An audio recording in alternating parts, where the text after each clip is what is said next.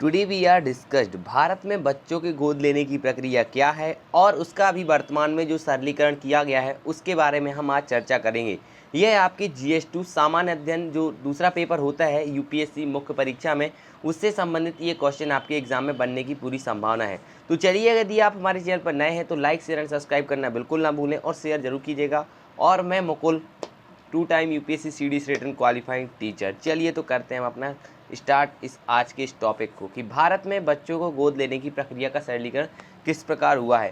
तो क्या टॉपिक बनता है आपके एग्जाम के लिए कि विभिन्न घटकों के बीच शक्तियों का पृथक्करण, विवाद निवारण तंत्र और संस्थान से संबंधित ये आपका UPSC सिलेबस का टॉपिक है, जिसमें हम बात करेंगे आज भारत में बच्चों को गोद लेने की प्रक्रिया का सरलीकरण हुआ है। जैसे किसी के पास बच्चे नहीं होते हैं तो वो अनाथ बच्चों को गोद लेते हैं, एडॉप्ट करते हैं।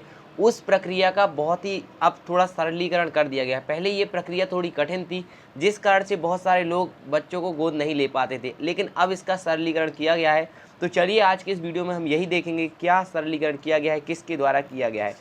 तो सबसे पहले संदर्भ में हाल ही में सुप्रीम कोर्ट ने बच्चों को गोद लेने में शामिल कानूनी प्रक्रिया को सरल बनाने की मांग करने वाली याचिका पर सुनवाई करने के लिए सहमत हो गया है। उन्होंने कहा है कि यदि आप इस बेबी बॉन्ड को, यदि किसी भी बच्चे को आप एडॉप्ट करना चाहते हैं, गोद लेना चाहते हैं, तो उस प्रक्रिया को सरल बनाने के लिए एक याचिका दायर की थी किसी के द्वारा। उस याचिका को उन्होंने स्वीकार कर लिया है। अब उस पर वो अपनी जांच करेंगे। तो क्या उन्होंने कहा है, आवश्यकता क्यों है इसकी?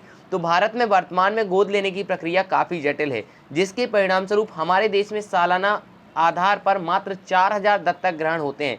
यानी मात्र 4000 ही नवजात शिशुओं को लोग गोद ले पाते हैं। इसके अलावा मौजूदा महामारी की वजह से देश में लगभग 3 करोड़ से अधिक बच्चे अनाथ हुए हैं। विधायिका की ओर से भी इस विषय पर एक विसंगति एनोमेली है, जो कि दत्तक ग्रहण संबंधी प्रक्रिया हिंदू दत्तक ग्रहण एवं भरण पोषण अधिनियम 1956 के अनुसार निष्पादित की जाती है और इसके लिए विधि एवं न्याय मंत्रालय नोडल मंत्रालय के रूप में कार्य करता है, जबकि अनाथों से संबंधित अन्य पहलुओं को महिला एवं बाल विकास मंत्रालय द्वारा निपटाया जाता है। यहाँ पर दो क्वेश्चन आपके एग्जाम के पॉइंट ऑफ व्यू से इंपॉर्टेंट हो जाएंगे। पहली बात तो जो अनाथ बच्चे हैं वो किस मंत्रालय के अंतर्गत आएंगे, और दत्तक ग्रहण वाले जो या हिंदू दत्तक ग्रहण और भरण पोषण वाले होंगे वो कहाँ पर आएंगे। तो देखिए, दत्तक ग्रहण संबंधी सारी प्रक्रियाओं के लिए एक अधिनियम बनाया गया है, जिसे अधिनियम को 1900 जो हिंदू दत्तक ग्रहण और भरण पोषण अधिनियम 1956 कहा जाता है। लेकिन जो बच्चे अनाथ हैं उनके लिए महिला एवं बाल विकास मंत्रालय द्वारा निपटाया जाता है या निपटान किया जाता है। अंतर्देशीय दत्तक ग्रहण से संबंधित प्रावधानों में भी कई चिंताएं और खामियां आपको देखने को मिलेंगी। ये तो आपका हो गया आवश्यकता क्यों है, ये आप यहाँ पे लिख सकते हैं अपने आंसर राइटिंग में। इसके बाद भारत में दत्तक ग्रहण की बात करें तो भारत में कोई भारतीय नागरिक या एक अनिवासी भारतीय यानी कि NRI हिंदू दत्तक ग्रहण और भरण पोषण अधिनियम 1956 के तहत किसी बच्चे को गोद ले सकता है। यानी एग्जाम में ये भी आ सकता है कि भाई हिंदू दत्तक ग्रहण और भरण पोषण अधिनियम कब पारित हुआ, तो 1956 का ये एक्ट है, जिसके माध्यम से भारत का नागरिक और एक NRI जो कि भारतीय अनिवासी भारतीय है वह भी एक किसी दत्तक पुत्र को गोद ले सकता है या दत्तक ग्रहण कर सकता है। तो भावी दत्तक अभिभावकों के लिए पात्रता क्या क्या दर्ज की गई है यदि आप किसी बच्चे को गोद लेना चाहते हैं। पहली यही है कि भाई माता पिता शारीरिक, मानसिक और भावनात्मक रूप से स्थिर, आर्थिक रूप से सक्षम होने चाहिए तथा उनके लिए जीवन को खतरे में डालने वाली कोई चिकित्सीय स्थिति नहीं होनी चाहिए।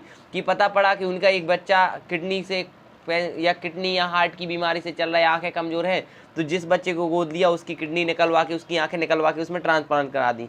दूसरा, कोई भी भावी दत्तक माता पिता चाहे उसकी वैवाहिक स्थिति कुछ भी हो और उसका जैविक पुत्र या पुत्री हो अथवा नहीं हो, निम्नलिखित शर्तों के अधीन बच्चे को गोद ले सकता है। क्या क्या शर्तें उनके लिए दी गई हैं, उसी शर्त के आधार पर ही वो बच्चे को गोद ले सकते हैं, अन्यथा उनके पास गोद लेने का अधिकार नहीं है। पहला, विवाहित जोड़ों के मामले में गोद लेने के लिए दोनों पति पत्नी सहमत होना चाहिए। ऐसा नहीं है कि एक पति की सहमति के लिए या फिर पत्नी की सहमति के लिए, दोनों की सहमति अनिवार्य है। दूसरा, एक अकेली महिला किसी भी लिंग के बच्चे को गोद ले सकती है। क्या एक अकेली महिला किसी भी लिंग के बच्चे को गोद ले सकती है? लेकिन पिता के साथ ऐसा नहीं है।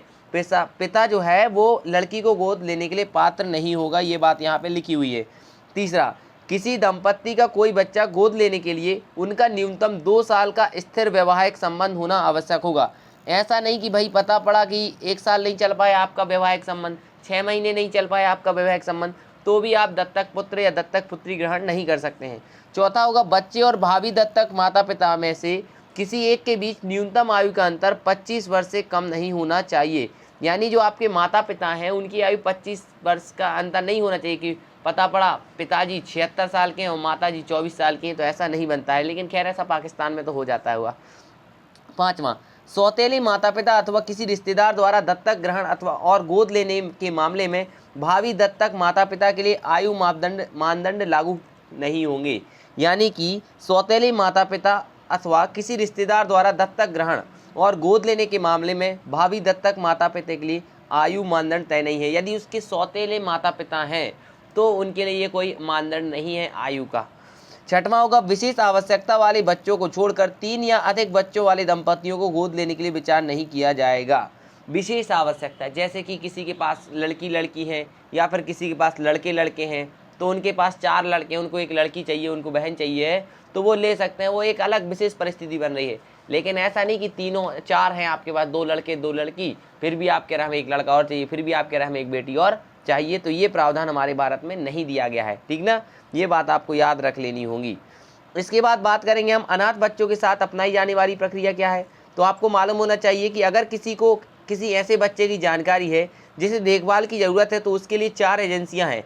एक तो है चाइल्ड हेल्पलाइन 1098, जिला बाल कल्याण समिति CWC, जिला बाल संरक्षण अधिकारी DCPO और राज्य की हेल्पलाइन बाल अधिकार संरक्षण आयोग में से किसी एक में संपर्क करना चाहिए। और वो उसको क्या, ये आपका GS4 में भी आपका एग्जाम में आ सकता है, इथिक्स से रिलेटेड आपका एग्जाम में बन सकता है।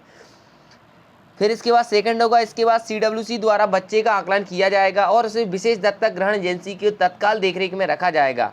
तीसरा होगा, जब किसी बच्चे के पास कोई परिवार नहीं होता है तो राज्य उस बच्चे का अभिभावक बन जाता है। राज्य ही उस बच्चे को पढ़ाई करवाएगा, राज्य ही उस बच्चे को कोचिंग कराएगा, राज्य ही उस बच्चे का सब कुछ बन जाता है यदि किसी के पास। अब देखिए, आपने देखा होगा अपने आस पड़ोस में कि बहुत सारे भिखारी घूमते हैं। वो भिखारी जो हैं यदि कोई उनकी शिकायत कर दे 1098 पर या फिर जिला बाल कल्याण समिति को, तो उनको वो पकड़ के ले जाते हैं और फिर वहाँ पे पढ़ाते हैं और अच्छी एक जॉब तक पहुँचा देते हैं। अगर बहुत सारे ऐसे देश में बहुत बड़े बड़े IAS IPS बने हैं जिनके माता पिता का मालूम नहीं कौन माता है कौन पिता है, अनाथालय में पढ़े हैं और आज IAS IPS रैंक पर बैठे हुए हैं। और आपने एक सुना भी होगा, महाराष्ट्र की एक बाई थी जिनकी अभी हाल ही में मौत हुई है, उनको पद्मश्री से भी नवाजा गया है। उन्होंने ऐसे अनाथों बच्चों को, न जाने कितने अनाथों बच्चों को पाला और बहुत बड़े बड़े अधिकारी ISRO, NASA और IAS IPS जैसे रैंक पर उन्होंने बिठलवाए। चलिए, तो केंद्रीय दत्तक ग्रहण संसाधन प्राधिकरण CARA के बारे में क्या होता है, तो इसका फुल फॉर्म आपके एग्जाम में बन सकता है। तो सेंट्रल एडॉप्शन रिसोर्सेज अथॉरिटी, महिला एवं बाल विकास मंत्रालय भारत सरकार के अधीन एक सांविधिक निकाय है। संवैधानिक नहीं है, सांविधिक है, यानी इसको कॉन्स्टिट्यूशन में अमेंडमेंट करके ऐड किया गया है। सेंट्रल एडॉप्शन रिसोर्सेज अथॉरिटी भारतीय बच्चों को गोद लेने के लिए नोडल निकाय के रूप में कार्य करता है और इसके लिए देश में और अंतरदेश में गोद लेने की निगरानी और विनियमन का दायित्व सौंपा गया है। 2003 में भारत सरकार द्वारा अनुसमर्थित अंतर्देशीय दत्तक ग्रहण 1993 पर हेग कन्वेंशन के प्रावधानों के अनुसार अंतर्देशीय दत्तक ग्रहण संबंधी मामलों से निपटने के लिए केंद्रीय दत्तक ग्रहण संसाधन प्राधिकरण को केंद्रीय प्राधिकरण के रूप में नामित किया गया है। यानी अगर आप किसी दूसरे देश से अगर किसी बच्चे को क्या गोद या एडॉप्ट करना चाहते हैं, आप दूसरे देश के हैं, तो उसके लिए एक अलग प्रावधान किया गया है। CARA मुख्य रूप से अपनी संबंध और मान्यता प्राप्त दत्तक ग्रहण एजेंसियों के माध्यम से अनाथ, परित्यक्त और आत्मसमर्पण करने वाले बच्चों को गोद लेने से जुड़ा हुआ है। फिर इसके बाद केंद्रीय दत्तक ग्रहण संसाधन प्राधिकरण को किशोर न्याय, बच्चों की देखरेख और संरक्षण अधिनियम 2015 की धारा 68 के अनुसार समय समय पर गोद लेने संबंधित मामलों को नियम बनाने का अधिकार दिया गया है। यानी कि किसके पास ये अधिकार है, अगर आपसे एग्जाम में पूछा जाए तो केंद्रीय दत्तक ग्रहण संसाधन प्राधिकरण के पास ये अधिकार दिए गए हैं कि वो किशोर जो बच्चे होते हैं, बच्चों की देखरेख और संरक्षण के लिए अपने नियम बना सकता है और उनमें संशोधन कर सकता है। और ये अभी हाल ही में सुप्रीम कोर्ट में जारी किया गया है। उसके बाद अगर हम बात करें तो क्या क्या आपके एग्जाम में बन सकता है, तो क्या आप भावी दत्तक माता पिता के लिए आवश्यक पात्रता मापदंडों या मानदंडों के बारे में जानते हैं, तो इसके बारे में अधिक जानकारी हेतु आप पढ़ सकते हैं। अगर आप यहाँ पे क्लिक करेंगे तो आप वहाँ पे डायरेक्ट पहुँच जाएंगे। प्रीलिम्स के लिए आपके क्वेश्चन आ सकते हैं, हैग कन्वेंशन क्या है, भारत में भावी दत्तक माता पिता के लिए मातृता मानदंड क्या है, JJ अधिनियम क्या है, या फिर CARA के बारे में आपसे पूछा जा सकता है। अधिनियम के अनुसार चाइल्ड केयर संस्थानों के पंजीकरण आपसे एग्जाम में पूछे जा सकते हैं। 1098 है चाइल्ड हेल्पलाइन, या फिर CWC क्या कहलाता है, ये आपके एग्जाम में आ सकता है। NCPCR के बारे में आप बताइए, और आपके UPSC GS2 और GS4 में आपके एग्जाम में बन सकता है कि भारत में बच्चों को गोद लेने की प्रक्रिया को किस प्रकार नियंत्रित किया जाता है, प्रक्रिया को और सरल बनाने के लिए कौन से सुधार आवश्यक हैं। ये आपको कमेंट करके आप लोग या फिर आंसर राइटिंग में हमें बता सकते हैं। तो आपका ये स्रोत लिया था हमने इंडियन एक्सप्रेस से। तो बिल्कुल मुझे उम्मीद है कि आप लोगों को हमेशा की तरह ये वीडियो भी पसंद आया होगा। लाइक शेयर एंड सब्सक्राइब करना बिल्कुल ना भूलें। आपका समय बर्बाद ना करते हुए क्लास को हम बंद करते हैं। बहुत बहुत धन्यवाद। Thank you. जय हिंद।